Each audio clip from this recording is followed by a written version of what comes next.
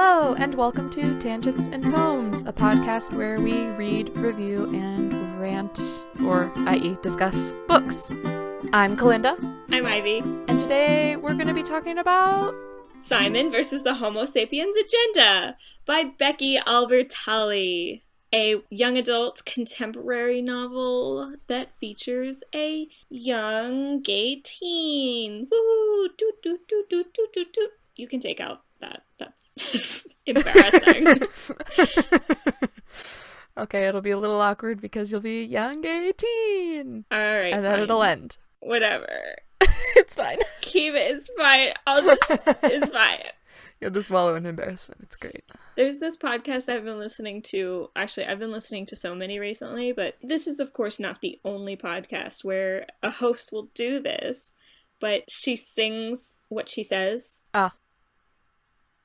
That was it? That was cool. All right. Okay, cool. Great.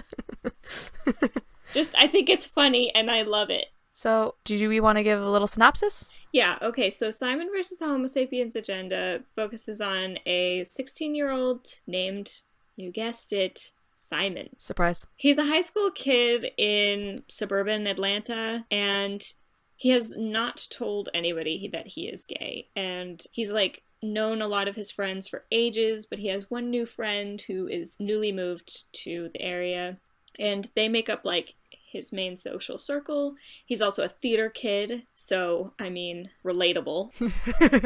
True.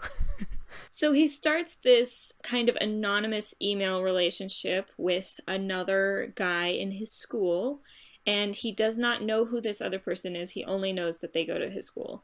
And they really start to kindle a relationship, and they start falling in love, but again, he doesn't really know who this person is. So there's all sorts of drama of him trying to figure it out. He's trying to guess who it could possibly be.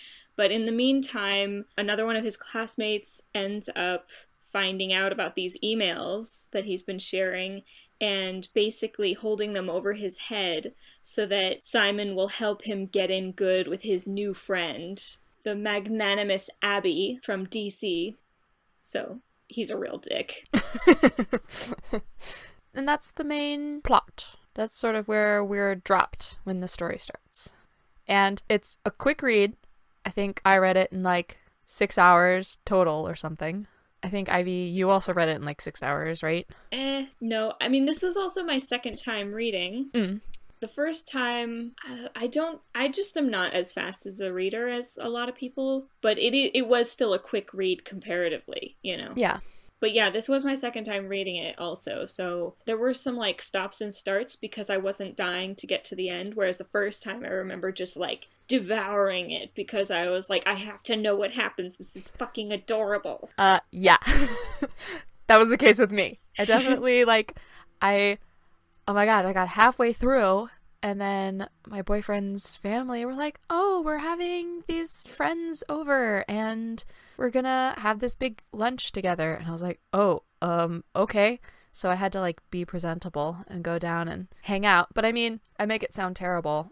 The guy who came over is the head chef at a really fancy SF restaurant, and he was helping cook. So he brought duck and made duck, and then we had potato pizzas.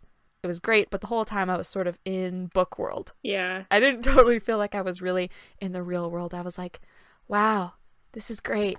Can I leave and go read now? I was telling my friend the other day about 2 occasions when I was supposed to be in class and I read a different book right in front of my teacher. At least they were lit classes. Yeah. I could not pay attention to the lecture. Are you kidding me? I had to know who killed her. You're in book world. It was a murder mystery. Yeah, book world is a different world, man. I love book world. So, as for reviewing, I think we both agree that this was something where it was adorable. I freaking loved it. And there was a book series a long time ago, not that long ago, 4 years ago. And everyone was applauding it as being oh, you just smile the whole time you're reading it, and they're basically happy pills, and they inject happiness right into your bloodstream as soon as you start reading them. They're so cute and great, and that's how I would describe this book. Yes. Happy pill. Yes. Like, you just get so giggly and giddy. Oh, they're so cute. They're all so cute. And they're all, like, it's not stupid drama like 90210 type of drama or something. It is like everyone that he's friends with because they're good people. And everyone, yeah, makes mistakes, but like everyone's really decent. And it's not some, easy to make a line between who's right and wrong all the time, right? Sometimes people who are completely well-meaning end up driving an issue into a bad place, but yeah, and that's how his friends are, where it's like you like everyone and you root for almost everyone, so it's not one of those petty dramas, definitely not. And even though there was drama and there were times where I was nervous, I was like, okay, but I have this feeling that it's got to go well. Like, in the end, it's got to be good and happy. As crazy as all this is, I don't see this taking a turn and being like, secretly it was a deceptive plot all along, and getting backstabbed. Even though, my anime brain can't help but be like, what if this person is actually, like, lying the whole time? And yeah, there's no major genre shift. No, it's definitely happy pill. Yeah. I cried. I laughed. It was awkward. Oh my god. Okay, so this is another point where it felt really representative of my high school experience. Yes. And painfully, embarrassingly so. And sometimes it was like, oh my god, I remember going to the Waffle House with my friends. I remember what it was like to be a theater kid and have to, strike the set with everyone, or like hide out backstage, or do stupid stuff like sing Disney in the stairwell. Yes. This is so, just so truthful to me. But at the same time, like, oh my god, there's some moments where I'm like, I wish I could just remove that memory from my brain, except that Simon talks about it, and I can't remove it from my brain. I have to think about that embarrassing thing I did that was exactly like that situation. Same. Yeah. High school, man. High school. But that just goes to show how good of, like, a representation this book is of all of the good and the awkward across the board. And I mean, it was also something where it was like, given the fact that you always hear these petty dramas coming out of high school set stories, I was like, is it just me? Is my high school experience, was I just lucky that I didn't have that kind of bullshit going on around me? And I think in some respects, yes, but the fact that this book is set in Atlanta, Georgia, and it translated to me almost so accurately what high school was like that, it wasn't an isolated event for me. I do kind of know what is common-ish. Yes, absolutely. Fantastic. Go read it. Go check it out. We give it glowing reviews. I mean, Ivy read it twice, so clearly she likes it. Yeah, and I've read it twice within the time span of like a year, which I never do. But the movie is going to be coming out in March. Yes. And so hearing about that kind of revved up my interest and brought me back to read it a second time. What is the name of the movie? Love, Simon. Okay. That's what I've been telling people, but I wasn't 100% sure that I'd remembered correctly. Well, Simon versus the Homo Sapiens Agenda as a title, Mm-hmm. It's going to be about a gay teen, because it's riffing off of this gay agenda type of stigma, just in the title. And then apparently, like, with the title of the movie and their promotional posters, they're kind of like hetero baiting on purpose. As like, kind of like, ironically, if you see the trailer, it's not about a straight guy. But I like your shoes. Yeah. But just like some of the way that they pose the characters in the movie poster, they're like, oh, see, it's a girl leaning on a guy's shoulder. They're romantically inclined, but actually, that those two characters, if you read the book, those two characters aren't romantically inclined, right? Yeah. All right, so we're going to be talking about spoilers now. You have been warned. I was going to clap, and then I realized it would be really loud right next to the mic. Yeah, it would totally wreck your audio. So I just did like an awkward hand holding. It was like a sneeze that never came. Yep, just a nice little clasp. Okay, so we're going to do a spoiler summary so that everyone's on the same page. Mm-hmm. Even if you haven't read the book, you'll know everything that we're talking about. Yeah. So, like, we're going to get into, like, character details then. So, like, Simon is a junior. He has a pretty close-knit family. Apparently, they're in love with reality TV, and he actually makes fun of his parents when he finds out that they watch scripted TV, which I think is hilarious. But they consist of his parents, his older sister Alice, who's off to college, and him and his younger sister Nora, who's just 2 years below him, who's really quiet and reserved. And then within his, like, friend group, there's his 2 oldest friends, Nick and Leia. Nick is one of those guitar guys who, like, you know. Yeah. He's one of those people who always brings out a guitar in the middle of a party and everyone is fucking enthralled. Swoon guitar skills. Got that raspy voice. Starts plucking away on the strings.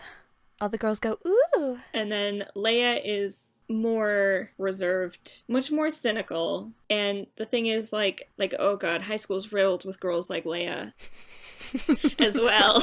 So, but I totally know her, you know, like, both of them, I know them. She loves anime. She, like, does all these yaoi drawings. I mean, she draws. Yeah. She likes anime, manga, and she's pretty reserved and cynical. Like, when you're hyper aware of, like, the cool kids doing stupid stuff, but nobody else really they call them a killjoy if they point it out. She's that kind of person. Sure.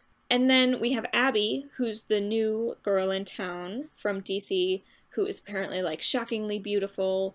She and Simon hit it off right away, and they are, like, really close. Mm-hmm. So, like, there's some extraneous friends branching off from that as well, but that's kind of like the main team. Yeah. And then there is Blue, his online secret admirer.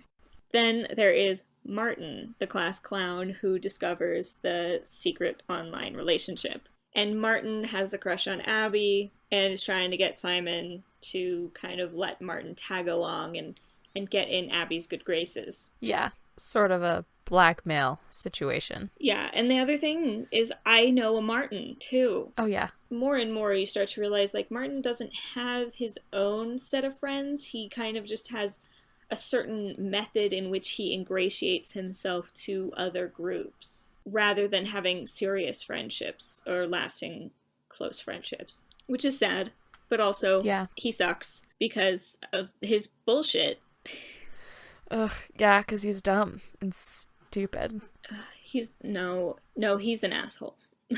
Yeah. And it's funny because, like, I was mad at him the first time I read the book, but the second time, I'm like, even more so, I'm like, no, dude. Yeah. But so what ends up happening at the end of the book is that Abby rejects Martin. No surprise there. Simon knew that she would eventually, but he needed Martin to not realize that. And then Martin ends up totally spilling the beans anonymously on a frequented school blog site in a really, like, awful way. It's such a crude, disgusting way. No, it's awful.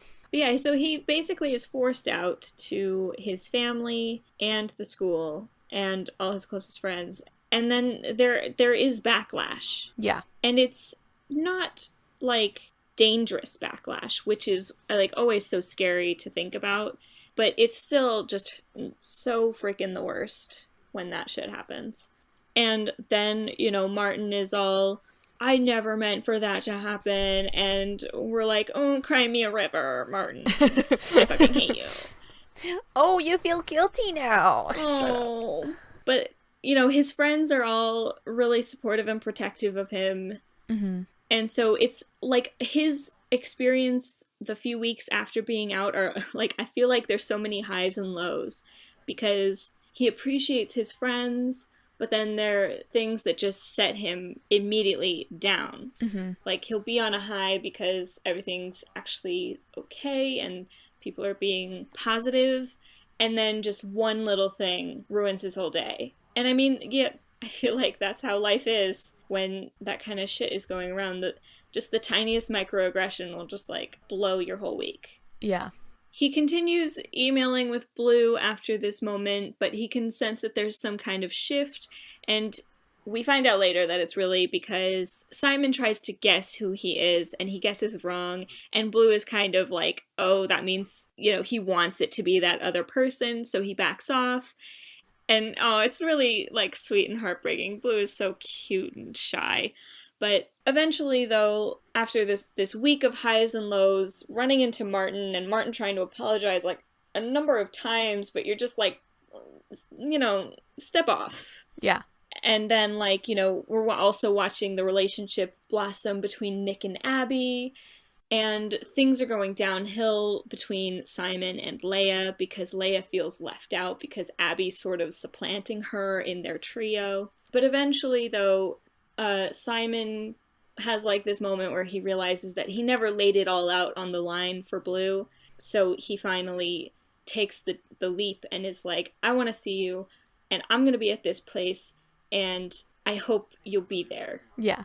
And so then they end up meeting at the carnival, which is the place that Simon said he was going to be, and it's just a magical moment, and they're so adorable, and the next couple days in school are just, oh my god, like, hearing Simon talk about, like, how he just can't even focus on anything else is so adorable.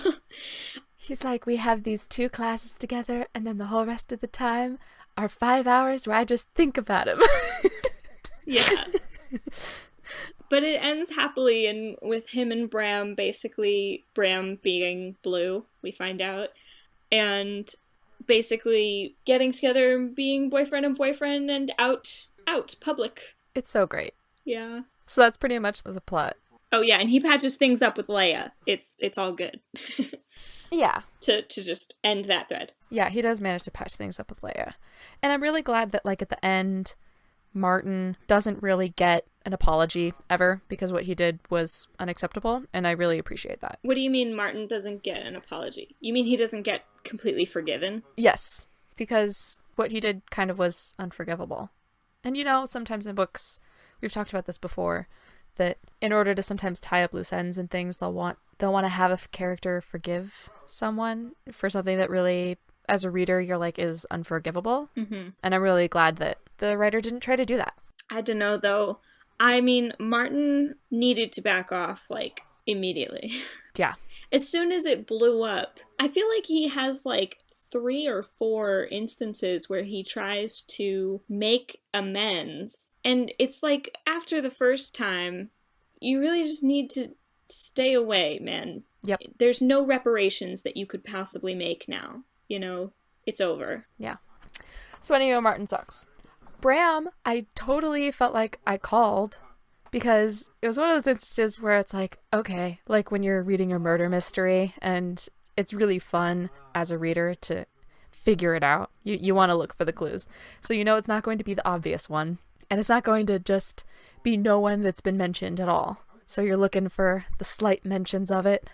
And definitely like when he got Bram's test and had to, you know, give it to him and he got the A and Bram was sort of looking at him and blushing and being all shy. And then we hear later him being like, I can't talk to cute guys. I'm like, okay, it's Bram, right? Yeah, I mean, I guessed it was Bram pretty early on as well. I was like, when I got the name of a president clue, I was like, oh, I'm so for sure no, this is Bram. Oh, crap. Yeah. I didn't get that it was Abraham. I didn't get the president clue. But yeah, Simon really is an idiot. Yeah. It's so cute. He shows up on the tilt-a-whirl. Can I have this seat? And they just sort of have this moment, like a shirt. Simon is such a nerd ball. Like, how many people do you know who, when they're complimented on their shirt, will be like, thanks, it's Elliot Smith. It's like every girl who's told that when she's wearing a dress that has pockets that the dress looks pretty, and they're like, thanks, it has pockets.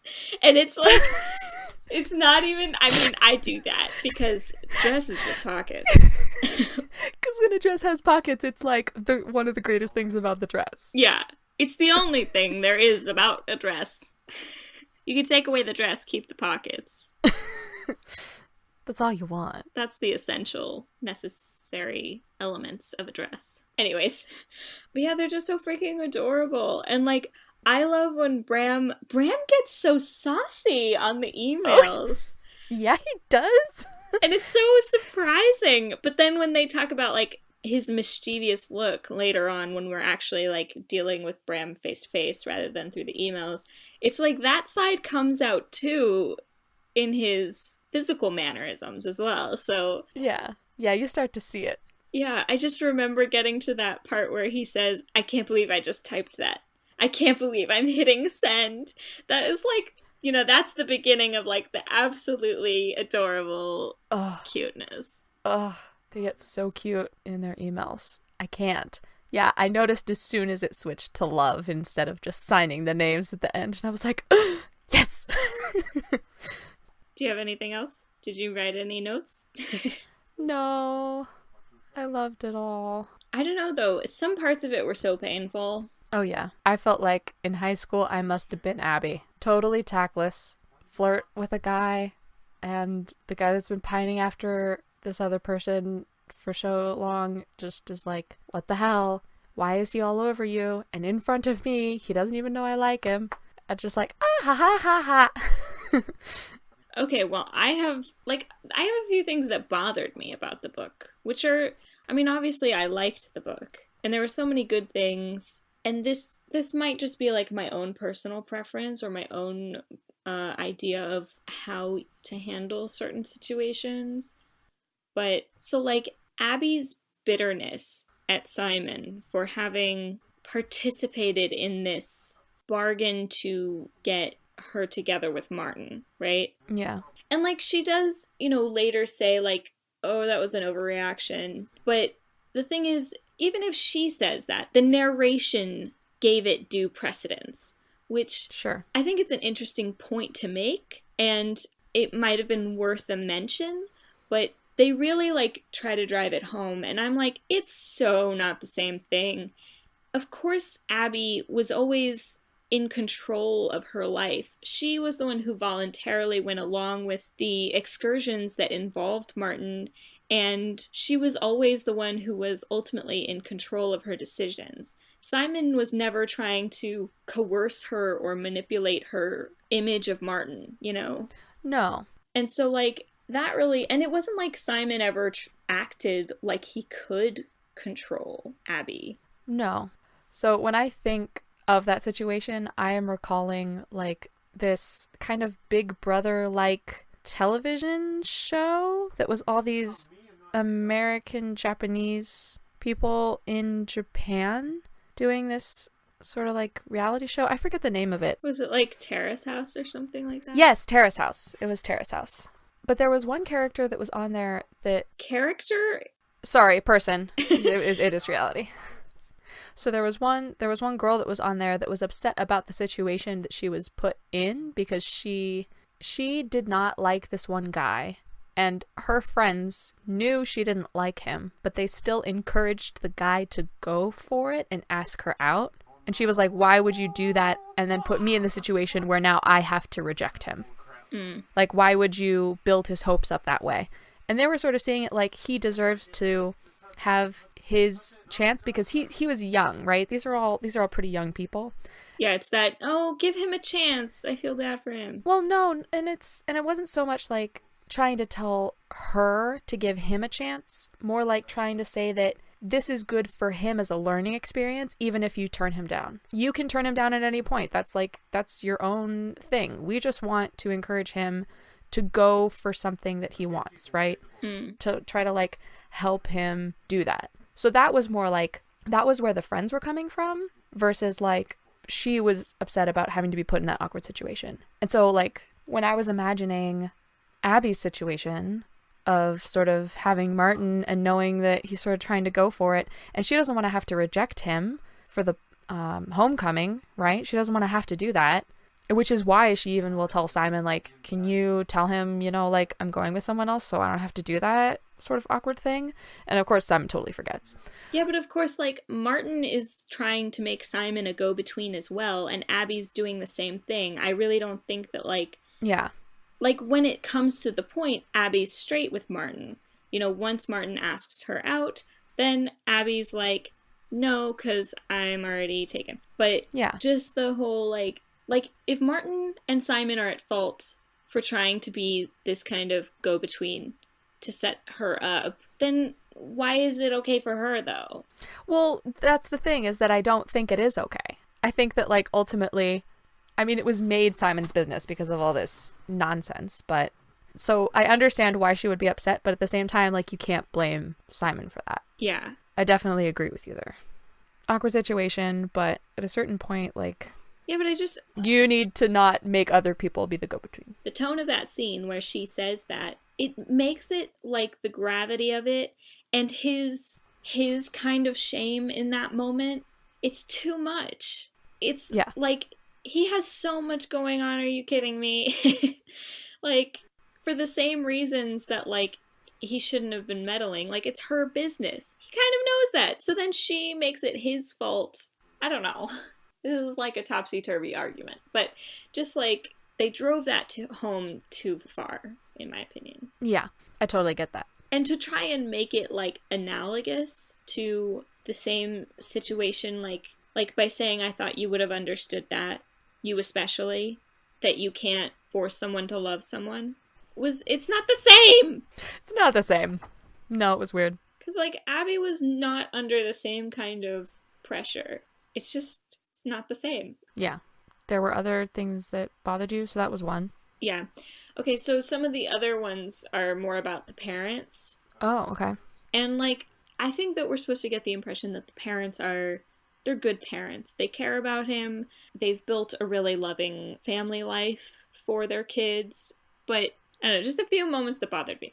First of all, when he comes home drunk and they immediately shut that down. And it's like, they see this and they immediately are like, now we have to have a consultation, and in 20 minutes we're going to tell you your punishment. And it's like, he's about to be sick. He is still drunk. You think you can make any sort of impression on him in that state? He just wants one thing, and that's sleep. Like... Yeah. And the other thing is, like, that moment when they're like, let's talk consequences, you're grounded, you don't have your phone or whatever. I'm like, can't that wait till morning when he's not sick? Okay, so yeah, the other thing is that, like, you want to talk consequences because you don't want your son to just be thinking it's okay to get drunk. That's one thing. But also, clearly, your son has just come out to you, like, 2 weeks prior, and he comes home drunk, and you don't think that those two things might be correlated? Like, yeah.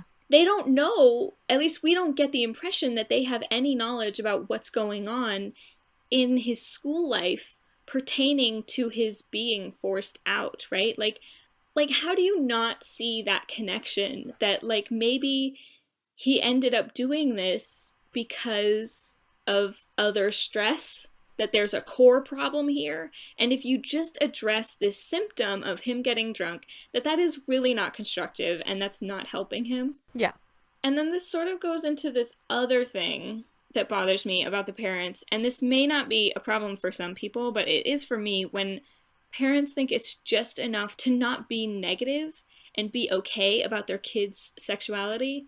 I think if parents really want to be supportive, they need to do their own research and work on being empathetic to their child's position, right? Like, because I feel like the mom and the dad, they're just like, we love you, and we're just excited for your whole life, but they're not, I feel like, at least we don't see them work really hard to understand what this means for his life and how he might be thinking of it, because, now that he has to face the reality of it in the real world and thinking, like, what does this mean for my future life?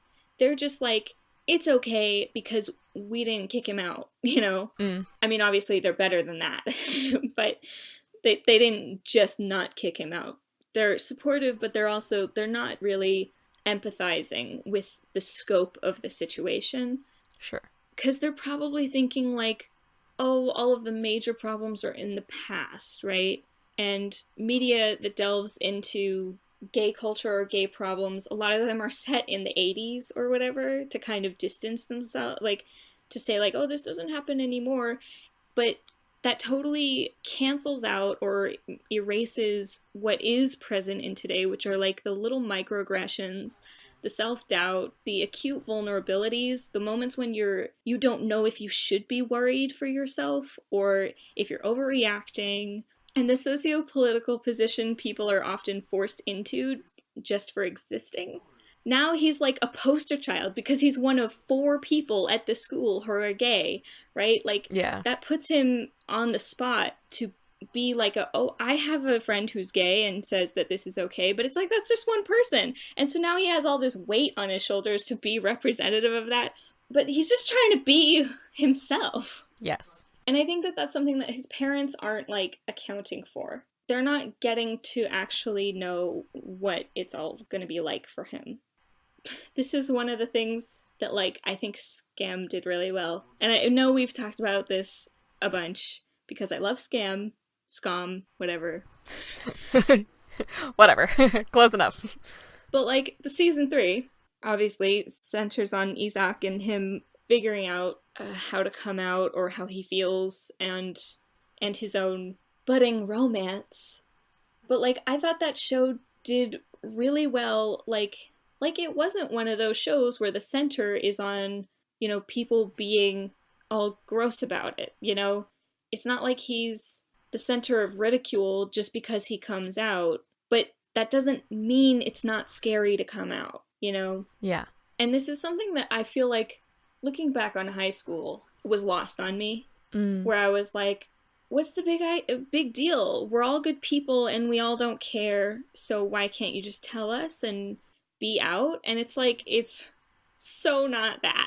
like it's not just a difference between being liberal and being conservative. It's not like if you're in a liberal environment, suddenly it's easy, you know? Yes, I absolutely do. But like Scam just did a really good job of showing like all the little things and all the minor pressures and stresses that end up leading to these bigger problems or these scarier situations. Yeah, because it's still something you have to tell other people in the culture that we're in. It's never just going to be implied. It is something that you end up having to tell people.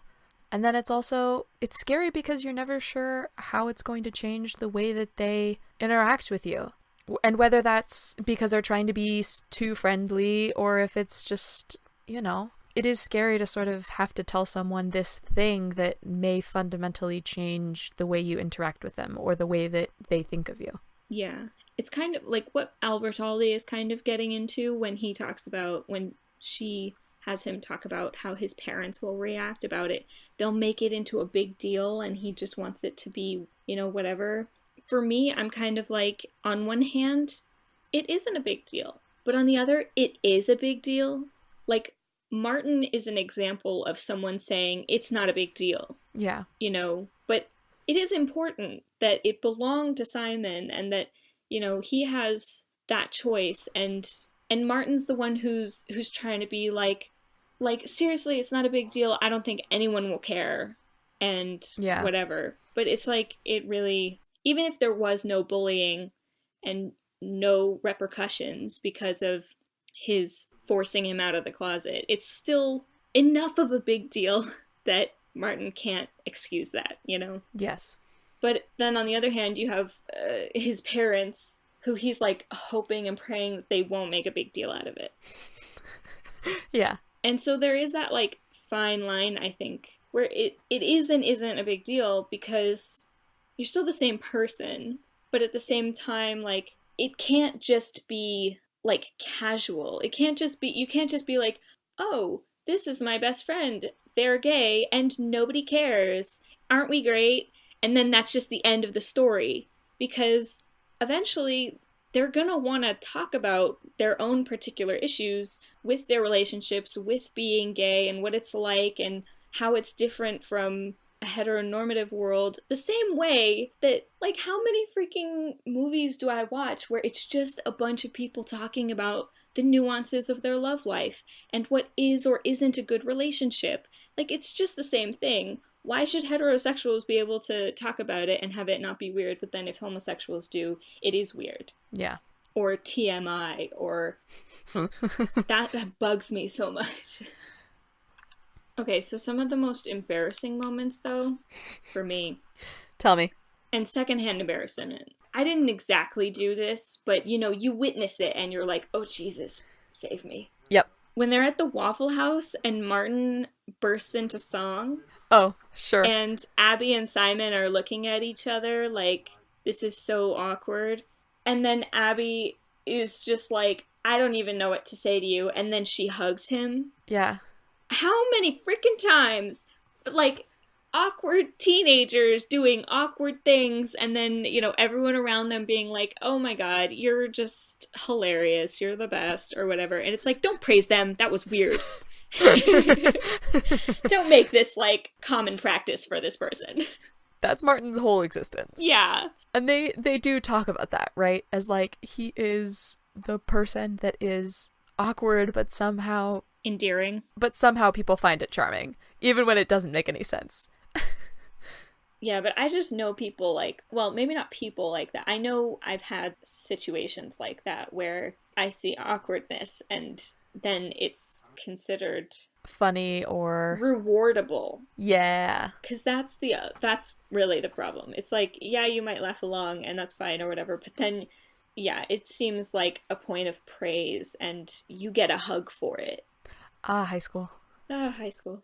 Also, when Bram talks about, like, in middle school, when people just say, okay, in that way to make you feel like you've never said anything dumber, I'm like, yep. How do you know my life? Get out of my head, though. Oh, I had people do that to me all the goddamn time. I hated it. It was the worst. One of my favorite lines, and I'm like, this is so true, is when in their emails, I don't know if Bram says it or he does, but it's something like, there's no such thing as a good idea when you're in 7th grade. Yeah. And he's talking about, like, you know, how he did this boom boom pow thing, or how he ate these stupid cookie cones. Yeah, and he's just talking about the embarrassing stuff he's done. And it's like, I totally, I know exactly how you feel, my dude. They're so good with precise inside jokes, right? Mm-hmm. Because that's... like the Nick Eisner cookies. Or just, that's Simon logic. Yeah. Or boom boom pow. Yeah, these people really do feel like real people who have real relationships and real memories with each other. Yeah. That have been foundational memories and core, like, act as important facets of their personalities as well as their relationships. Yes, absolutely. Which is pretty impressive. Like, that doesn't always happen. Yeah. Yeah, but then there are definitely some cringy, awkward moments. Like when Abby is just like, Leia, we'll get you a boyfriend. It's like, shh. Yeah. Abby. Yeah, and, like, there are a few times where it's like, it doesn't seem like it bothers Simon, but it would bother me, where she kind of presses the issue. Like, she's excited for Simon. It's coming from a good place. But, like, especially when she starts to say, since when did you and Bram become so close? And he's like, hush. Yep. And, like, she doesn't press it after that. And she wouldn't, like, ever tell anybody. But that is something that could have been overheard. And Bram's not out. And Simon doesn't want to wreck it. What's this I hear about Calvin? Yeah, that ended up being, like, detrimental. That was one of the reasons why Bram thought that Simon wouldn't be interested in him and kind of pulled away. I know, poor baby. Is because Abby made a big hullabaloo about Calvin. Cal Price. Yeah, Calpy. CP. So perfect. I loved that moment where, you know, being pushed in the chair. Mm-hmm. And that was just like, it's so cute. That's so high school. I know. Like, I don't think we ever did necessarily that exact thing, but Just like that's such a thing that you do when you're in high school and you're locked in a school because you're supposed to be doing rehearsal, but Especially as a theater kid, you're supposed to be doing rehearsal. yeah, you're supposed to be memorizing your lines, but actually you're climbing trees and singing Disney songs. Yeah. And you're braiding each other's hair. So cute. Bram, so cute. I know, I want Bram. But it is interesting, like, rereading it, knowing the cast for the movie, and imagining it with those faces. Yeah. Versus what I dreamed up in my head, versus also some fan art I've seen where I'm like, holy shit, I don't think I ever realized Simon is supposed to be blonde. That just went over my head. Yep. But Bram, I have like 3 versions of Bram in my head. Oh, yeah? I don't know what Bram is supposed to look like. I don't know who's playing Bram in the movie. Oh, he's such a cutie. He looks like exactly like they describe him. Soccer boy, those soccer calves. Well, I mean, there's not a good shot of his calves ever that I know of. So I'm not privy to that information. But I mean, his cute face, light skin, the curly hair. Oh, beautiful boy. My boy! Sweet boy, get up. Get up, sweet boy. I love them all. I love all the characters. Love the book. I mean, obviously I liked the book as well because I recommended it to Kalinda and now we're talking about it here. And I read it twice. I know, I just devoured that book. And I don't even really go for contemporaries, so... I know, I don't. It's been such a long time, too, since I've just read a book in a day. Yeah. And actually, when I started, it's like, I know that I'm the one who pressed this. I was the one like, we gotta do this. But when it came time to read it, I was almost like, wow, I actually have to like reread this whole thing in one setting. Oh no. Maybe I'll just jump around because I've already read it once. Don't tell Kalinda. But I did read the whole thing. I've tried to speed read. I'm awful. Yeah. It never goes well. When you speed read, you don't realize that the main character is blonde. It's really important. Yep. Well, and it's funny, they mentioned something about Harry Potter, and so I was like... I know! That was why I forgot the blonde, because I was like, yeah, he's supposed to look like Harry Potter, so of course dark hair. I thought they meant that Nick looked like Harry Potter, and that Nick had glasses, which then I got very confused when they were talking about how much Simon hated putting contacts in. And I was like, oh, I get it. So actually, this book it's not got a sequel, but it's got a book coming out this year, I believe, called Leia on the Offbeat, and it's about Leia. Oh.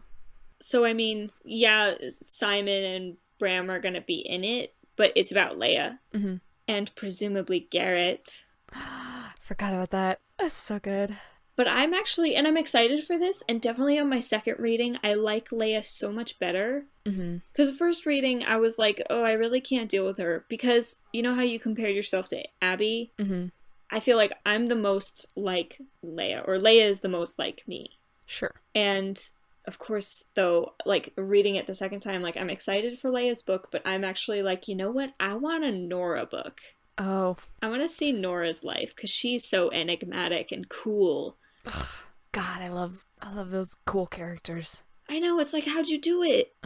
Has her ear pierced, and Simon's thinking like, what? Yeah, it's so funny how much Simon doesn't want to be pinned into a box, and then, of course... He does it to his family. He does it to his family because they do it to him.